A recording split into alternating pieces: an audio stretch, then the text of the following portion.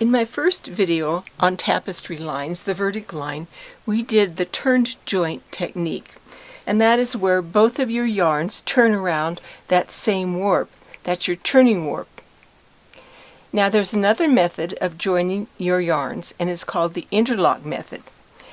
And you need to decide which method you're going to use before you warp your loom, because with the turned joint, it's best to have an odd number. With the interlock method, you need an even number. But you can do either technique with an even or odd number. You just have to adjust. So if you have an odd number, and I do have an odd number, put the extra one in the middle. So when you have the interlock, what it does is your yarns lock together between the warp. So they'll be locking together the two colors between the warp. And so for this method, you want to mark 2 warps instead of 1. So these are the 2 warps, and my colors will interlock between those warps. Now some people prefer the interlock method. They say it's stronger. And on long lines, such as on a border, you don't get the buildup on that same warp as you do the turned joint. However, both techniques are correct, and it doesn't matter which you do, you're right. Now, I hope you have the turned joint technique perfected before you move on to this advanced technique. And now we have to learn a new set of rules. So these differ from the turned joint, and I'll post these rules at the end of the video. So number 1, begin your weaving from the same side each time. So in my case, I'm going to always begin my weaving at the left-hand side. So the wefts will interlock on one row and complete on the next. Wefts interlock between the warps, and design changes begin on a completion row. So learn these new rules. If you have my book, they're on page 77. So we're going to start now, and I've ended with my weaving, or my weft yarn on the right side. So I've ended in a plain band.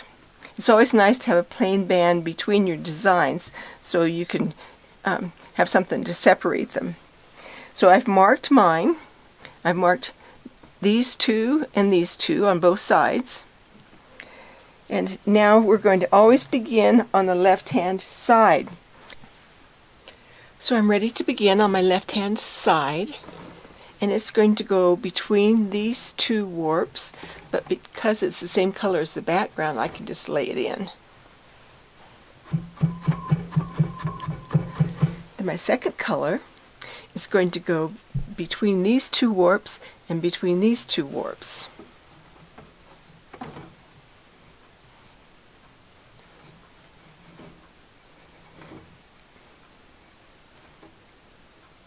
So this one I want to actually lay it around the first marked warp, lay the color in.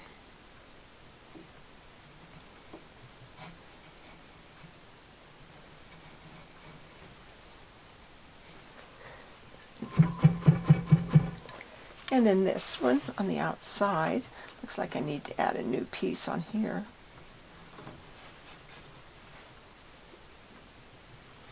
And it's going to go between those marked warps.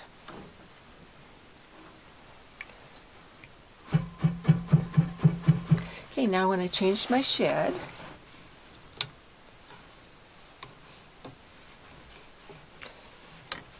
I'm again going to begin on my left, because this is the new rule. Always begin at the same side.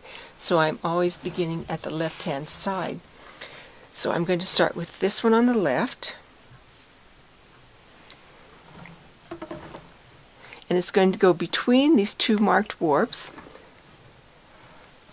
And I'm just going to drop it over the second color.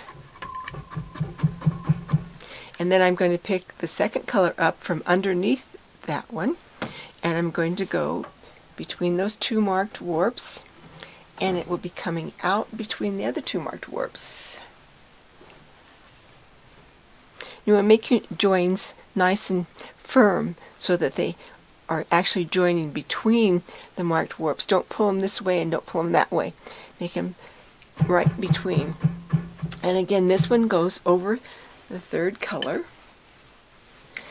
and it goes between those marked warps into the outside edge. So this is the interlock row, and the next row will be the completion row. So it takes 2 rows to complete a join.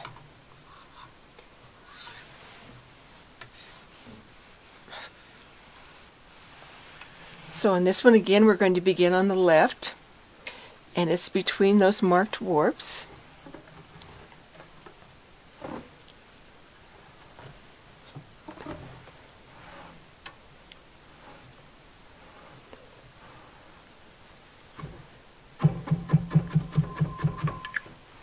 Again, this one's between those marked warps, and it comes out between these marked warps.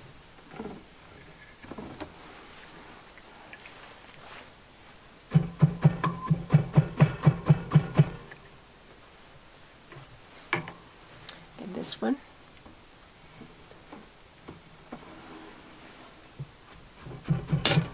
So that has completed one join. So let me do another row or two so you can see how it's completing again.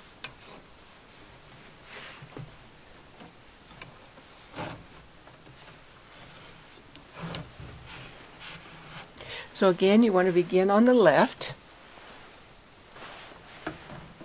and come up between these marked warps.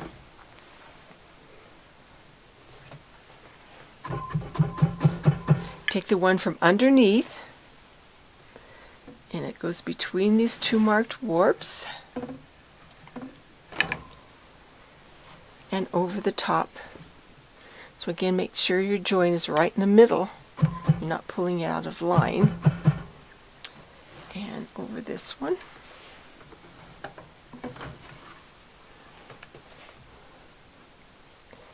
Make sure it's between the marked warps.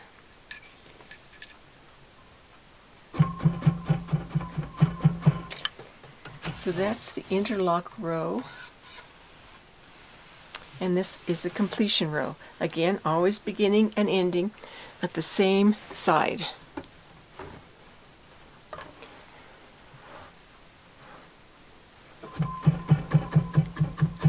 And after a few rows, you can see how it's interlocking right between those 2 warps rather than going around the warps. And like I mentioned, both methods are correct, and you can actually use them both in the same rug.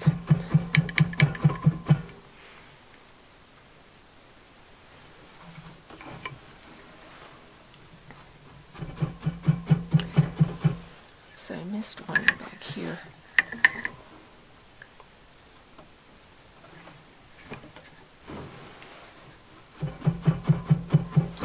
Okay, so that's the completion row. So I'm going to weave up to where I want to change to the outside design area. So I'm going to keep weaving, and I'll get back to you when I reach that point. So I think now you can see how they're beginning to interlock between the warps. So remember that your weft enters and exits the shed between the marked warps. And the marked warps may be in front of or in back of the batten, so it just depends. But they're going to interlock between those 2 marked warps. So remember to change each shed as you go, and to beat down each row, and pull the wefts firmly so that they lock between those warps. So now it's time for me to increase my design area. So let me get you a little bit further back here, so you can see what I'm doing. So design changes always begin on a completion row, and it takes 2 rows to make a design change. So I have just stopped on the interlock row. I want to do the completion row, and that's where my design is going to change. So if you're increasing, now I'm going to be increasing the gray and decreasing the red on each side. So this one is finishing the completion row.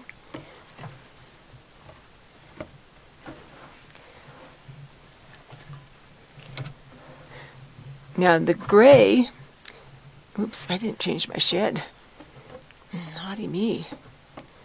It's not going to work too good.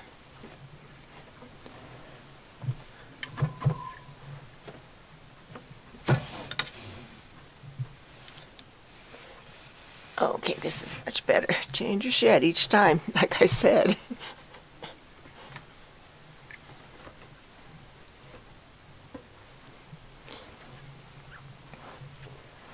Okay, so this is the completion of this join. Now the gray is going to increase.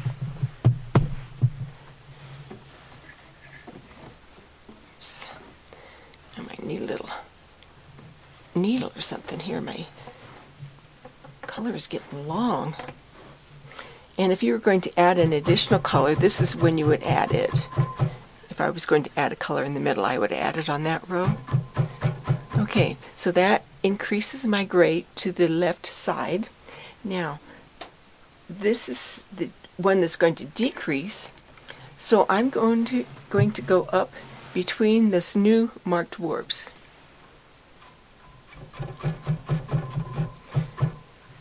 Because this is where my join is going to be the next row.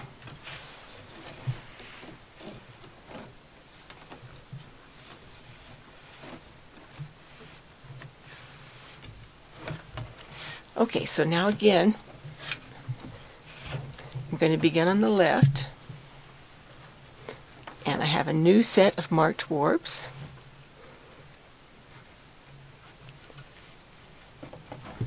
And then the gray is going to go between those marked warps and way over here.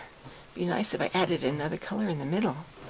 Way over here between those marked warps.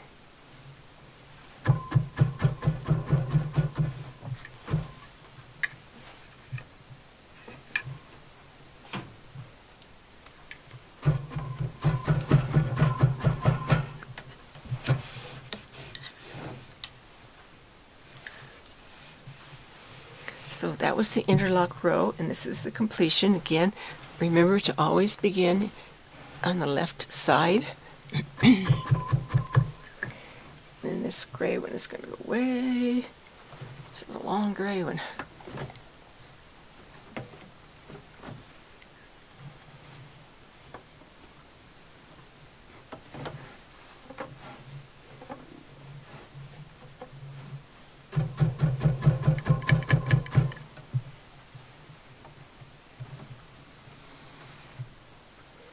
And this is a real simple design. I just wanted to demonstrate the technique, not make a masterpiece.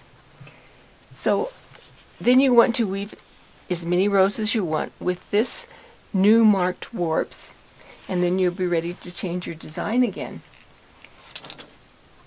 So keep working on this technique till you feel comfortable with it, and if you want, you can actually, when you feel comfortable with this technique and the turns joint, you can actually try combining the two.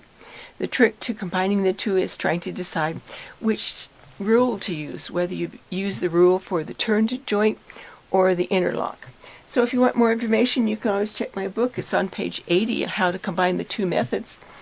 So enjoy the technique, enjoy the weaving process, and we'll catch you again. Thanks for watching.